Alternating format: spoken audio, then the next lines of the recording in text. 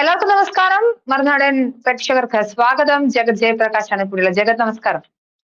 നമസ്കാരം. ജഗത്, നമ്മൾ കുറേ നാളുകൾക്ക് ശേഷമാണ് റഷ്യ യുക്രൈൻ യുദ്ധത്തെക്കുറിച്ച് സംസാരിക്കാൻ പോവുകയാണ്. ജഗത്, എനിക്ക് ഏറ്റവും പ്രധാനമായുള്ള താങ്കളോടുള്ള ചോദ്യം, താൻ അധികാരത്തിൽ കയറി 24 മണിക്കൂറിനുള്ളിൽ യുദ്ധം അവസാനിപ്പിക്കുമെന്നായിരുന്നു ഡൊണാൾഡ് ട്രംപിന്റെ വിശ്വവിഖ്യാത പ്രഖ്യാപനം. പക്ഷേ ട്രംപ് അധികാരത്തിൽ കയറി 100 ദിവസത്തെ ആഘോഷവും കഴിഞ്ഞിട്ട് പോലും എങ്ങും എത്തുന്നില്ല. ആരും യുദ്ധം നിർത്താൻ തയ്യാറാവുന്നില്ല. എന്താണ് സംഭവിക്കുന്നത് ജഗത്? എന്തുകൊണ്ടാണ് യുദ്ധം നീണ്ടുപോകുന്നത്? ഡൊണാൾഡ് ട്രംപ് അധികാരത്തിൽ കയറുന്നതിന് മുന്നേ തന്നെ ഉള്ള ഒരു പ്രഖ്യാപനമായിരുന്നു അദ്ദേഹം ഈ റഷ്യയുമായിട്ടുള്ള യുദ്ധം നിർത്തുമെന്നുള്ളത്. അദ്ദേഹത്തിന്റെ ഒട്ടുമിക്ക എല്ലാ തെരഞ്ഞെടുപ്പ് പ്രചരണങ്ങളിലും അല്ലെങ്കിൽ ക്യാമ്പയിനിലായാൽ തന്നെ നമുക്കിത് കാണാൻ പറ്റിയിട്ടുണ്ടായിരുന്നു. ട്രംപിന്റെ ഈ ഒരു മാസ് ഡയലോഗ് എന്ന് നമുക്ക് വേണമെങ്കിൽ പറയാൻ പറ്റും. റഷ്യ എങ്ങനെങ്കിലും നെഗോഷിയേറ്റ് ചെയ്ത് യുദ്ധം നിർത്തുക, അല്ലെങ്കിൽ അവിടെ ആൾക്കാർ മരിച്ചുകൊണ്ടിരിക്കുന്നു ഒക്കെ ഉള്ള ചില വൈകാരികമായിട്ടുള്ള രീതിയിലും അദ്ദേഹം പ്രതികരിച്ചിട്ടുണ്ടായിരുന്നു. അപ്പം യുദ്ധത്തിനെതിരെയുള്ള ഒരു വലിയ പോപ്പുലേഷൻ US-ലുണ്ട്. അവരെയും കുറെ സ്വാധീനിക്കാനായിട്ട് ഡൊണാൾഡ് ട്രംപിന് ആ ഒരു സമയത്ത് സാധിച്ചിട്ടുണ്ടെന്ന് വേണം മനസ്സിലാക്കാൻ. അതിന്റെ ഫലമായിട്ട് കുറെ ആൾക്കാർ ട്രംപിന് വോട്ട് ചെയ്തിട്ടുണ്ട്. കാരണം എസ്പെഷ്യലി ഈ വെസ്റ്റില് യുദ്ധത്തിനെതിരാണ് പൊതുവേ ഉള്ള ഒരു ആൾക്കാരുടെ ഒരു മൈൻഡ് സെറ്റ് എന്ന് പറയുന്നത്. കാരണം അവര് യുദ്ധത്തിൽ കുറെ കെടുതികൾ അനുഭവിച്ചിട്ടുണ്ടായിരുന്നു. യൂറോപ്പ് ആണെങ്കിലും US ആണെങ്കിലും first world war, second world വാറിലൊക്കെ അവർക്ക് വളരെ ലോസ് സംഭവിച്ചിട്ടുണ്ട്. എല്ലാം റീബിൽഡ് ചെയ്യേണ്ടി വന്നിട്ടുണ്ട്. അപ്പൊ അതുമായിട്ട് ബേസ് ചെയ്ത് നമ്മൾ നോക്കുകയാണെന്നുണ്ടെങ്കിൽ ഒരു യുദ്ധമായിട്ട് ബന്ധപ്പെട്ട് അതിനെതിരെ നിൽക്കുന്ന ഒരു പോപ്പുലേഷൻ ആണ് ഉള്ളത്. യുദ്ധം നടത്തിയ പ്രസിഡന്റ്സിനെല്ലാം പിന്നീട് ഒരു വലിയ വിജയം ഉണ്ടായതായിട്ട് നമുക്ക് തോന്നിയിട്ടില്ല. അപ്പൊ അങ്ങനത്തെ ഉള്ള ഒരു സാഹചര്യത്തിൽ ട്രംപ് അധികാരത്തിൽ വരുന്നതിന് മുന്നേ തന്നെ പറഞ്ഞിട്ടുണ്ടായിരുന്നു അദ്ദേഹം അധികാരത്തിൽ ഇരിക്കുന്ന കാലത്ത് ഒരു യുദ്ധം പോലും അദ്ദേഹം സ്റ്റാർട്ട് ചെയ്തിട്ടുണ്ടായിരുന്നില്ല. അപ്പൊ അതുകൊണ്ട് ഞാൻ ഒരു സമാധാനത്തിന്റെ ആളാണ്, ഞാൻ ട്രേഡിന്റെ ആളാണ്, ഞാൻ വെൽത്തിന്റെയും പ്രോസ്പെരിറ്റിയുടെ ആളാണ്. അതുകൊണ്ട് നിങ്ങൾ വോട്ട് ചെയ്താൽ ഞാൻ പിറ്റേന്ന് തന്നെ യുദ്ധം നിർത്തും എന്നായിരുന്നു അദ്ദേഹത്തിന്റെ ഒരു പ്രഖ്യാപനം. പക്ഷെ ഇവിടെ സംഭവിച്ചത് എന്താന്ന് വെച്ച് കഴിഞ്ഞാൽ ഒരു ന്യൂട്രൽ ഗ്രൗണ്ട് എത്തുക എന്നുള്ളത് ഒരു വളരെ ഡിഫിക്കൽട്ട് ആയിട്ടുള്ള ഒരു ടാസ്ക് ആണ്. എസ്പെഷ്യലി പുടിനെ പോലുള്ള ഒരു ടഫ് നേതാവുമായിട്ട് നമ്മൾ ഡീൽ ചെയ്യുന്ന സമയത്ത് അദ്ദേഹത്തിനെ സംബന്ധിച്ചിടത്തോളം ട്രേഡ് മാത്രമല്ല ഫസ്റ്റ് പോളിസി എന്ന് പറയുന്നത്. അദ്ദേഹത്തിന് റഷ്യ ഫസ്റ്റ് എന്ന് പറഞ്ഞൊരു പോളിസി ഉണ്ട്. റഷ്യയുടെ താല്പര്യങ്ങളാണ് അദ്ദേഹത്തിന് സംരക്ഷിക്കേണ്ടത്. അതിനുവേണ്ടി എത്ര ത്യാഗം സഹിക്കാനും പുടിൻ തയ്യാറാണ്. പുടിനെ സംബന്ധിച്ചിടത്തോളം കടുത്ത സാമ്പത്തിക ഉപരോധത്തിനിടയിലും അദ്ദേഹം ഈ യുദ്ധം തുടർന്നു കൊണ്ടുപോകുമെന്ന് ഇവരാരും ഇത്രയും നാളായിട്ടും അവർക്ക് ഇപ്പോഴും വിശ്വസിക്കാൻ പറ്റുന്നില്ല. കാരണം യുദ്ധം തുടങ്ങിയിട്ട് തന്നെ വർഷങ്ങളായി, കുറെ ആൾക്കാർ മരിച്ചു. ഇപ്പോഴത്തെ ലേറ്റസ്റ്റ് കണക്ക് അനുസരിച്ച് നോക്കുകയാണെന്നുണ്ടെങ്കിൽ 10 ലക്ഷത്തിലധികം ആൾക്കാർ രണ്ട് സൈഡിൽ നിന്ന് മരിച്ചു കഴിഞ്ഞു. അതിന്റെ ഇരട്ടിയോളം ആൾക്കാർ ഡിസ്പ്ലേസ്ഡ് ആയി. വലിയ കനത്ത നാശനഷ്ടം ഉണ്ടായിട്ടുണ്ട് രണ്ട് സൈഡിലും. എസ്പെഷ്യലി യുക്രൈൻ പോലൊരു രാജ്യത്തിന് റഷ്യ പോലൊരു ജൈന്റുമായിട്ട് പിടിച്ചു നിൽക്കാൻ ഉള്ള പ്രധാനപ്പെട്ട കാരണം തന്നെ ഈ US ബേസ്ഡ് ആയിട്ടുള്ള അലീസ് കൊടുക്കുന്ന വലിയ സപ്പോർട്ടാണ്. ഞാൻ നേരത്തെ സൂചിപ്പിച്ചിട്ടുണ്ടായിരുന്നു S-400 കാര്യമൊക്കെ സൂചിപ്പിച്ചിട്ടുണ്ടായിരുന്നു നമ്മുടെ ഇന്ത്യ പാകിസ്ഥാൻ കോൺഫ്ലിക്റ്റ്. അത് വെച്ച് നോക്കുമ്പോൾ S-400 ഒന്നും അത്ര ഫലപ്രദമായിട്ട് റഷ്യക്ക് US-നെതിരെ ഡിപ്ലോയ് ചെയ്യാൻ പറ്റിയിട്ടില്ല. കാരണം US-ന്റെ ആംസ് ഫാർ സുപ്പീരിയർ ആണ്. S-400 പരാജയപ്പെട്ടു എന്നാണ് പൊതുവെ ഉണ്ടായിരുന്ന ഒരു ടോക്ക്. അത് നമുക്ക് അവിടുത്തെ സ്റ്റാറ്റിസ്റ്റിക്സ് പരിശോധിച്ചാൽ അറിയാൻ പറ്റും. ബട്ട് സ്റ്റിൽ US-നെ സംബന്ധിച്ചിടത്തോളം ഇപ്പോൾ ഒരു ന്യൂട്രൽ പോളിസിയിലേക്ക് US വന്ന് നമുക്ക് തീർത്തും പറയാൻ പറ്റത്തില്ല. US എന്ന് ന്യൂട്രൽ പോളിസി എത്തുന്നോ അന്ന് കൈ കൊടുക്കാമെന്നാണ് പുടിന്റെ ഇപ്പോഴത്തുള്ള ഒരു ഭാഷ്യം. കാരണം പുടിൻ ആവശ്യപ്പെടുന്നത് കംപ്ലീറ്റ് ഡീമിലിറ്ററൈസേഷൻ ഓഫ് യുക്രൈൻ എന്നാണ്. ഉക്രൈനിൽ നിന്നുള്ള എല്ലാ മിലിറ്ററിയും എല്ലാ തരത്തിലുള്ള സപ്പോർട്ടുകളും US-ഉം ഇവരും പിൻവലിച്ച ശേഷം, അതായത് ഇപ്പോൾ റഷ്യൻ കൈവശം ഇരിക്കുന്ന യുക്രൈൻ പ്രവിശ്യകളെല്ലാം അദ്ദേഹത്തിന് വേണം. കാരണം അത് റഷ്യയുടെ തന്നെ ഭാഗമാണ്. അത് ഇനി ഒരു സ്ഥലവും വിട്ടുകൊടുക്കത്തില്ല. അതുപോലെ തന്നെ യുക്രൈന് ഇനി ഭാവിയിലുള്ള ഒരു തരത്തിലുള്ള ഒരു യുദ്ധ സപ്പോർട്ടും കൊടുക്കരുത്, അല്ലെങ്കിൽ ഒരു സ്ട്രാറ്റജിക് സപ്പോർട്ടും കൊടുക്കരുത്. നാറ്റോ പോലുള്ള സംഭവങ്ങളിൽ യുക്രൈൻ ഉൾപ്പെടുത്തരുന്നൊക്കെ ഉള്ള അൺകണ്ടീഷണൽ ആയിട്ടുള്ള ഡിമാൻഡ്സ് ആണ് പുടിൻ ഫ്രണ്ടിലോട്ട് വെക്കുന്നത്. അത് നെഗോഷിയേറ്റ് ചെയ്ത് അതുമായിട്ട് ബന്ധപ്പെട്ട്, കാരണം ഇതിപ്പോ US-ഉം ആയിട്ട് മാത്രമുള്ള ഒരു ഡീലായിരുന്നുണ്ടെങ്കിൽ ട്രംപിന് അത് കുറച്ചുകൂടെ ഈസി ആയിട്ട് പറ്റുമായിരുന്നു എന്നാണ് ഞാൻ വിശ്വസിക്കുന്നത്.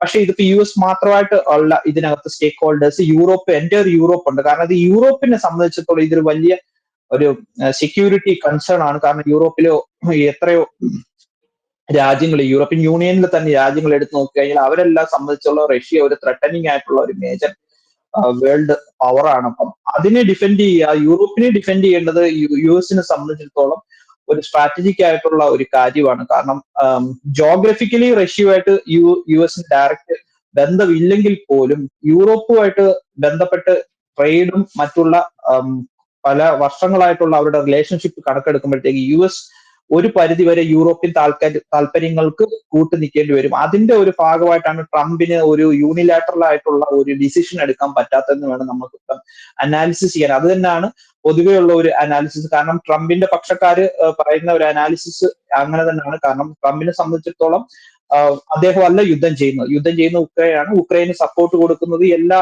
സൈഡിൽ നിന്ന് ഉക്രൈന് സപ്പോർട്ടുണ്ട്. അപ്പൊ ആ ഒരു സപ്പോർട്ട് ഈ തുടർന്ന് പൊയ്ക്കൊണ്ടിരിക്കുന്ന സാഹചര്യത്തിൽ, കാരണം യൂറോപ്പിനെ സംബന്ധിച്ച് ഒരു ടെറിട്ടോറിയൽ ഇന്റഗ്രിറ്റി കാത്തു സൂക്ഷിക്കേണ്ട ഒരു ആവശ്യമുള്ളതിനാൽ പുടിന്റെ എല്ലാ തരത്തിലുള്ള ആവശ്യങ്ങളോടും ഉക്രൈനും അല്ലെന്നുണ്ടെങ്കിൽ യു എസിനോ കൂട്ടുനിൽക്കാൻ പറ്റത്തില്ല. അതിന്റെ ഭാഗമായിട്ടാണ് അതിന്റെ നെഗോഷിയേഷൻ നടന്നുകൊണ്ടിരിക്കുന്നത്. ആ നെഗോഷിയേഷന്റെ ഭാഗമായിട്ട് ഇത് കുറച്ച് ദിവസം കൂടെ നെഗോഷിയേഷൻ മുന്നോട്ട് പോകും എന്ന് തന്നെയാണ് എനിക്ക് തോന്നുന്നത്. കാരണം ട്രംപ് പറഞ്ഞത് ആ ഒരു ഭാഷ്യത്തിലും അന്നത്തെ ഒരു ഡിഫൻസ് അനലിസ്റ്റിന്റെ ഭാഷകളും എടുത്തു നോക്കുകയാണെന്നുണ്ടെങ്കിൽ യുദ്ധം ഒരു മാസത്തിനുള്ളിൽ തീരേണ്ടതായിരുന്നു. അങ്ങനെ തന്നെയാണ് വിശ്വസിക്കുന്നത്.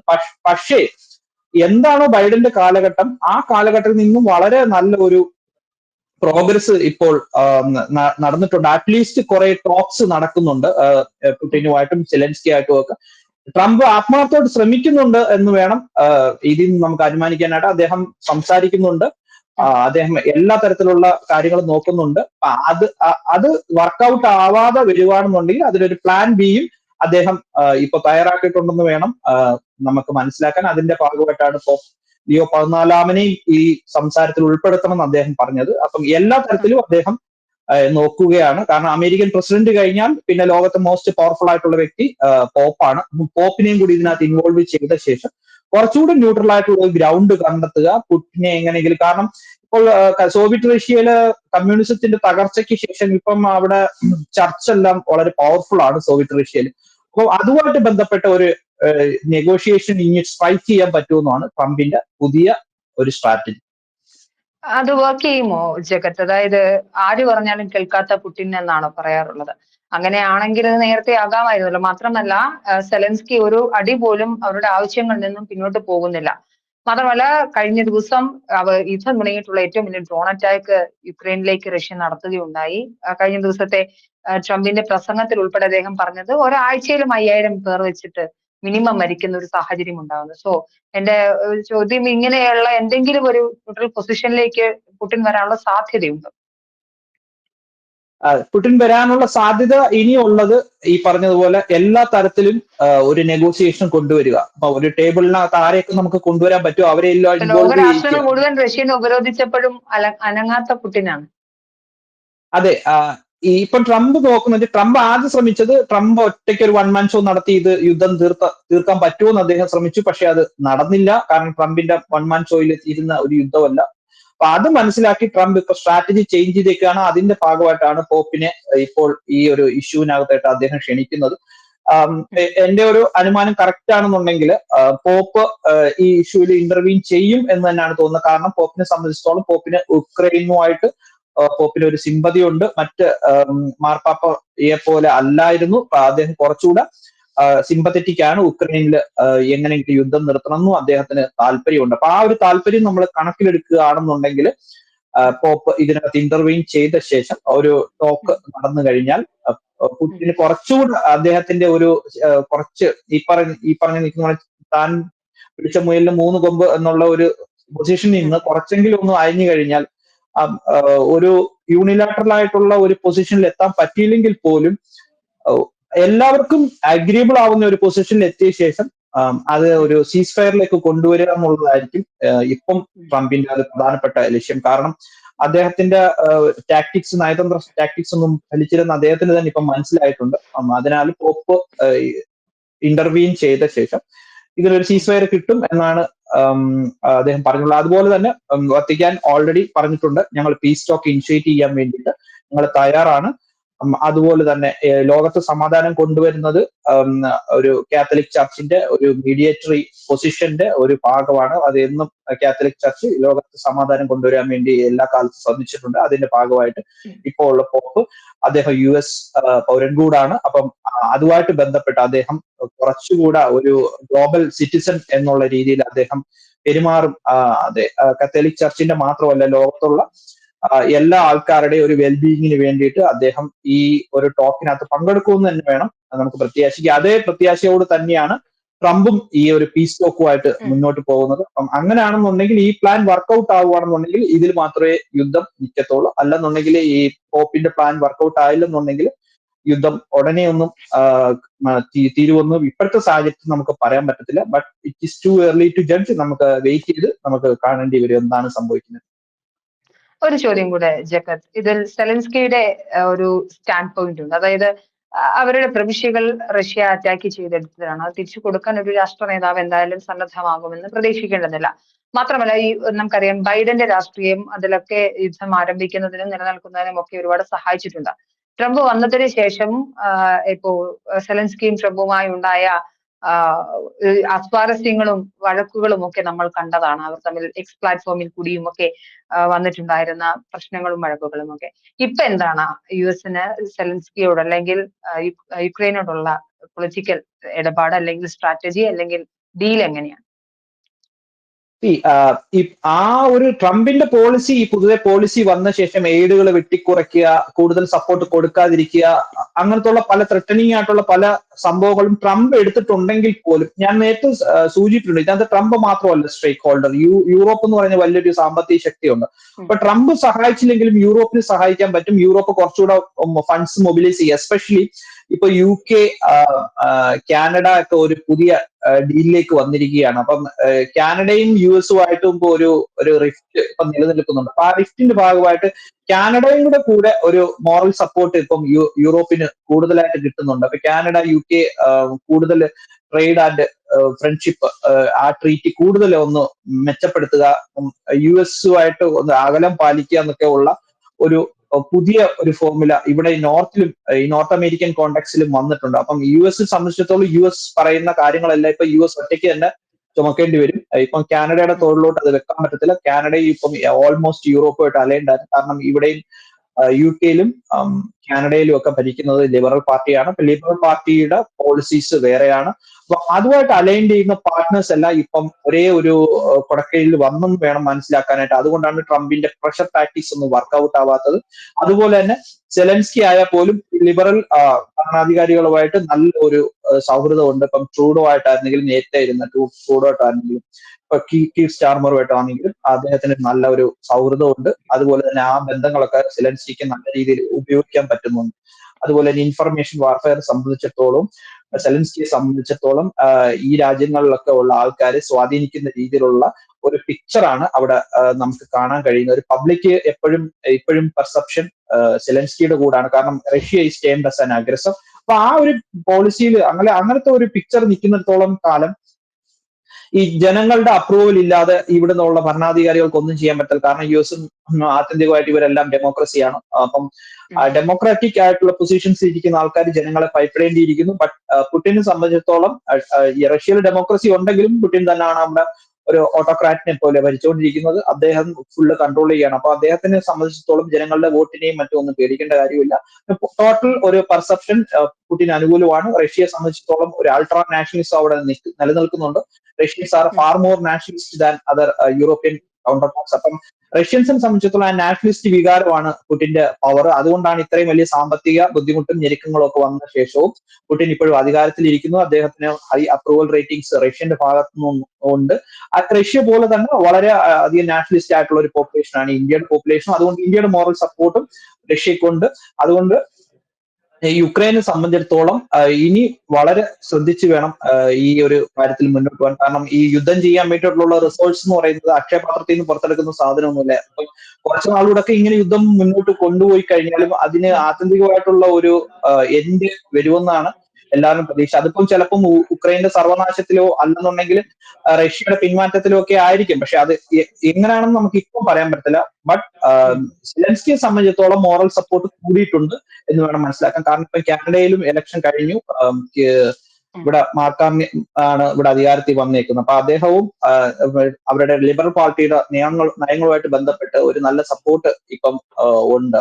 അത് വെച്ച് നമ്മൾ കണക്കാക്കുകയാണെന്നുണ്ടെങ്കിൽ സെലൻസ്കിയെ സംബന്ധിച്ചിടത്തോളം വലിയൊരു പ്രഷർ ഇപ്പം അദ്ദേഹത്തിന് ഇല്ല. ട്രംപിന്റെ ഭാഗത്തു നിന്ന് വലിയൊരു പ്രഷർ ഉണ്ടായിരുന്നു. പക്ഷെ അതിന് എത്ര പ്രഷർ ഇട്ടിട്ടും ഒരു യുക്രൈൻ മൊത്തത്തിൽ കീഴടങ്ങുക എന്നുള്ള സംബന്ധിച്ചിടത്തോളം യുക്രൈനിൽ ആൾക്കാർക്കായാലും യു എസ് അല്ലെങ്കിൽ യൂറോപ്പ്, എസ്പെഷ്യലി യൂറോപ്പിലെ ഭരണാധികാരിയെ സംബന്ധിച്ചത് യുക്രൈൻ കീഴടങ്ങുക എന്നുള്ളത് അവരുടെ ആത്മഹത്യാപരമായിട്ടുള്ള തീരുമാനമായിരിക്കും. അപ്പൊ യുക്രൈനെ മൊത്തത്തിൽ അങ്ങ് കീഴടക്കി റഷ്യയുടെ എല്ലാ കാര്യങ്ങളും സമ്മതിച്ചു കൊടുക്കുക എന്നുള്ളത് യൂറോപ്പിനെ സംബന്ധിച്ച് ആത്മഹത്യപരമാണെന്ന് അവർ മനസ്സിലാക്കിയുകൊണ്ടാണ് ഇപ്പോൾ ട്രംപ് മുൻ പറഞ്ഞിരുന്ന ചില നിലപാടുകളിലൊക്കെ അദ്ദേഹം ഇപ്പോൾ കുറച്ചുകൂടി ന്യൂട്രൽ നിലപാടുകളിൽ ട്രംപ് പിൻവാങ്ങുന്നത്. കാരണം അവിടെ ഒരു ജിയോ പൊളിറ്റിക്കൽ ടെൻഷൻ എന്നും നിലനിൽക്കും. അപ്പം റഷ്യ ഈ യുദ്ധത്തില് എല്ലാ രീതിയിലും വിജയിച്ചു കഴിഞ്ഞാൽ അത് റഷ്യക്ക് പിന്നീട് ഒരു സാമ്രാജ്യത്വ സോവിയറ്റ് റഷ്യൻ ഒരു നേച്ചർ പിന്നീട് റഷ്യക്ക് വന്ന ശേഷം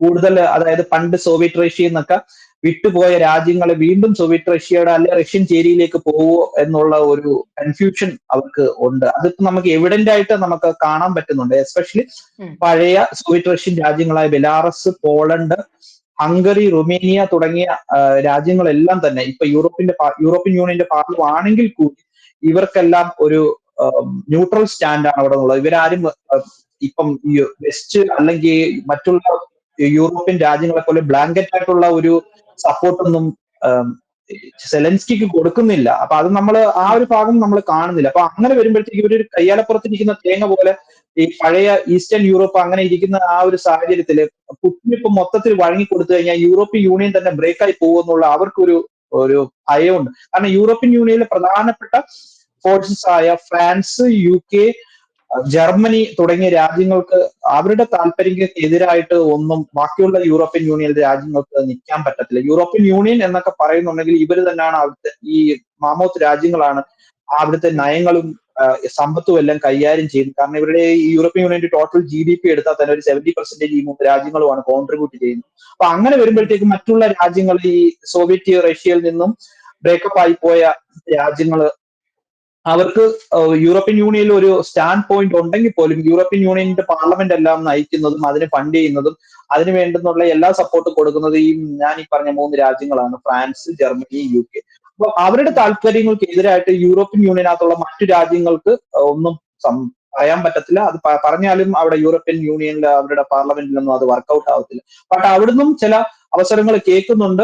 സെലൻസ്കിയോട് താല്പര്യമില്ലാത്ത കുറെ ആൾക്കാരുണ്ട്. ഇതുപോലെ തന്നെ ഞാൻ നേരത്തെ സൂചിപ്പിച്ചുള്ള റഷ്യയിൽ പോലത്തുള്ള നാഷണലിസ്റ്റ് ആയിട്ടുള്ള പോപ്പുലേഷനുള്ള പഴയ ഈസ്റ്റേൺ യൂറോപ്പില് ഇപ്പോഴും സെലൻസ്കിയെതിരെ വലിയൊരു വികാരമുണ്ട്. അപ്പൊ ആ വികാരം എങ്ങനെ അവര് ഒന്ന് ഡൗൺ പ്ലേ ചെയ്ത് എടുത്ത ശേഷം, കാരണം യൂറോപ്യൻ യൂണിയൻ ഈ ഒരു യുദ്ധത്തോട് ഇപ്പൊ സെലൻസ്കി ഇതിനകത്ത് ആയുധം വെച്ച് കീഴടങ്ങി എല്ലാ റഷ്യൻ സംഭവങ്ങളും സമ്മതിച്ചു കൊടുത്തു കഴിഞ്ഞാൽ യൂറോപ്യൻ യൂണിയന്റെ അന്ത്യമായിരിക്കും എന്ന് വേണം നമുക്ക് മനസ്സിലാക്കാം. കാരണം ഞാൻ നേരത്തെ സൂചിപ്പിച്ചുള്ള ഈസ്റ്റേൺ യൂറോപ്പിലുള്ള പഴയ ഈസ്റ്റേൺ ബ്ലോക്കിലുള്ള ഈസ്റ്റേൺ ചേരിയിലുള്ള എല്ലാ രാജ്യങ്ങളും റഷ്യയായിട്ട് അലൈൻ ആവും. അങ്ങനെയാണെന്നുണ്ടെങ്കിൽ പിന്നെ ഈ ഒരു യൂറോപ്പ് എന്ന് പറഞ്ഞ യൂറോപ്യൻ യൂണിയന് പിടിച്ചു നിൽക്കാനോ അല്ലെന്നുണ്ടെങ്കിൽ അവരുടെ ഫൈനാൻഷ്യൽ ക്ലൗഡിൽ ലോകത്തിൽ കാണിക്കാനോ ഒന്നും പിന്നീട് പറ്റത്തില്ല. കാരണം അവരുടെ റെഗുലേഷൻസും അതൊന്നും പിന്നെ പുഷ് ചെയ്യാൻ പറ്റത്തില്ല. കാരണം അപ്പോഴത്തേക്ക് റഷ്യ ഒരു സ്ട്രാറ്റജിക് പാർട്ണറായി മാറും മറ്റുള്ള ഈസ്റ്റേൺ ബ്ലോക്ക് രാജ്യങ്ങൾക്ക്. അപ്പൊ അത് പ്രിവെന്റ് ചെയ്യുക എന്നുള്ളത് ട്രംപിന്റെ ഒരു സ്ട്രാറ്റജി ആയിട്ട് വേണം കണക്കാക്കാൻ. അതുകൊണ്ടാണ് ഈ യുദ്ധം തുടർന്നു പോകുന്നതെന്ന് വേണം നമുക്ക് മനസ്സിലാക്കാൻ. അതുകൊണ്ട് റഷ്യയുടെ ഭാഗത്ത് നിന്ന് ഒരു വിട്ടുവീഴ്ചയ്ക്ക് തയ്യാറാവാതെ, അല്ലെന്നുണ്ടെങ്കിൽ റഷ്യ കുറച്ചൊക്കെ ഒന്ന് താഴോട്ട് വരണം. അല്ലെ പുടിൻ, ഞാൻ നേരത്തെ സൂചിപ്പിച്ചു, പിടിച്ച മുയലിന് 3 കൊമ്പ് എന്നുള്ള രീതി നിൽക്കാതെ കുറച്ചൊക്കെ ഒന്ന് ന്യൂട്രലായിട്ട് നിന്ന് കഴിഞ്ഞാൽ, അപ്പം അതിനു വേണ്ടിയിട്ടാണെന്നാണ് എനിക്ക് തോന്നുന്നത് പോപ്പിനെ ഇടപെടുത്തുന്നത്. കാരണം ഈസ്റ്റേൺ യൂറോപ്പിനെ സംബന്ധിച്ചിടത്തോളം ക്രിസ്ത്യാനിറ്റി വളരെ സ്ട്രോങ് ആണ്. വെസ്റ്റേൺ യൂറോപ്പില് വിശ്വാസികളൊക്കെ വളരെ കുറവാണ്. ഇപ്പൊ ഫ്രാൻസിലേക്ക് ഒക്കെ എടുത്തു കഴിഞ്ഞാൽ, ബ്രിട്ടൻ അല്ലെന്നുണ്ടെങ്കിൽ ജർമ്മനി ഒക്കെ എടുത്തു കഴിഞ്ഞാൽ അവിടെ വിശ്വാസികൾ വളരെ കുറവാണ്. ബട്ട് ഈസ്റ്റേൺ ബ്ലോക്കിൽ എല്ലാവരും നല്ല അടിയുറച്ച ക്രിസ്തീയ വിശ്വാസികളും മറ്റുള്ള വിശ്വാസങ്ങളും ഉള്ള ആൾക്കാരുണ്ട്. അപ്പൊ ആ ഒരു വിശ്വാസികളെ എങ്ങനെ കയ്യിലെടുക്കാം, അതുമായിട്ട് ബന്ധപ്പെട്ട് പോപ്പിന്റെ രീതിയിൽ, പോപ്പ് ആകുമ്പോൾ കുറച്ചുകൂടെ ഇമ്പാർഷ്യലായിട്ട് തീരുമാനങ്ങൾ എടുക്കുമെന്നാണ് പോപ്പ്. അപ്പം പോപ്പിനെ റെസ്പെക്ട് ചെയ്യുന്ന റഷ്യൻസ് ഉണ്ട്, ഈസ്റ്റേൺ ബ്ലോക്കിലുള്ള ആൾക്കാരുണ്ട്. അപ്പൊ അവരുടെ വിശ്വാസം കണക്കിലെടുക്കാൻ വേണ്ടിയിട്ട് ഒരു പുതിയ ഗെയിമാണെന്ന് വേണം നമുക്ക് ഇത് മനസ്സിലാക്കാൻ. ഓക്കെ, ജഗത് വളരെ വ്യക്തമാണ്. എന്തായാലും യുദ്ധം അവസാനിക്കുമെന്ന് പല ഘട്ടങ്ങളിൽ നമ്മൾ അടക്കം വിചാരിച്ചിരുന്നു. അവരുടെ പല പല ആഘോഷങ്ങൾക്ക് ശേഷം ഒടുക്കം യുദ്ധം അവസാനിക്കുമെന്ന് ഉള്ള പ്രതീക്ഷകൾ ഉണ്ടായിരുന്നു. പക്ഷെ എങ്ങും എത്താതെ ഇങ്ങനെ പോകുന്നത് വളരെ ആശങ്കാജനകമായ കാര്യമാണ്. 4-ാം വർഷത്തിലേക്ക് കടക്കുകയാണ് യുദ്ധം. എന്തായാലും എത്രയും വേഗം സ്ട്രാറ്റജിക് ഈ യൂണിയനുകൾ തമ്മിലുള്ള പ്രശ്നങ്ങളും രാജ്യങ്ങൾ തമ്മിലുള്ള ഇത്തരത്തിലുള്ള പ്രശ്നങ്ങളൊക്കെ ഇടപെട്ട് പ്രതിസന്ധിയിലാവുന്ന സാധാരണ ജനങ്ങളാണ്. ഒരുപാട് ആളുകൾ മരിച്ചു എന്ന് പറയുകയും ഡിസ്പ്ലേസ്ഡ് ആവുകയും അഭയാർത്ഥികളാവുകയും ചെയ്യുന്ന സാഹചര്യം ഒട്ടും നല്ലതല്ല ഒരു രാഷ്ട്രത്തെ സംബന്ധിച്ചിടത്തോളം. പ്രത്യേകിച്ച് ഇരു രാഷ്ട്രങ്ങളും സാമ്പത്തികമായ ബാധ്യതകളും ബുദ്ധിമുട്ടുകളും നേരിടുകയും ചെയ്യുന്നുണ്ട്. എന്തായാലും യുദ്ധം പെട്ടെന്ന് അവസാനിക്കട്ടെ.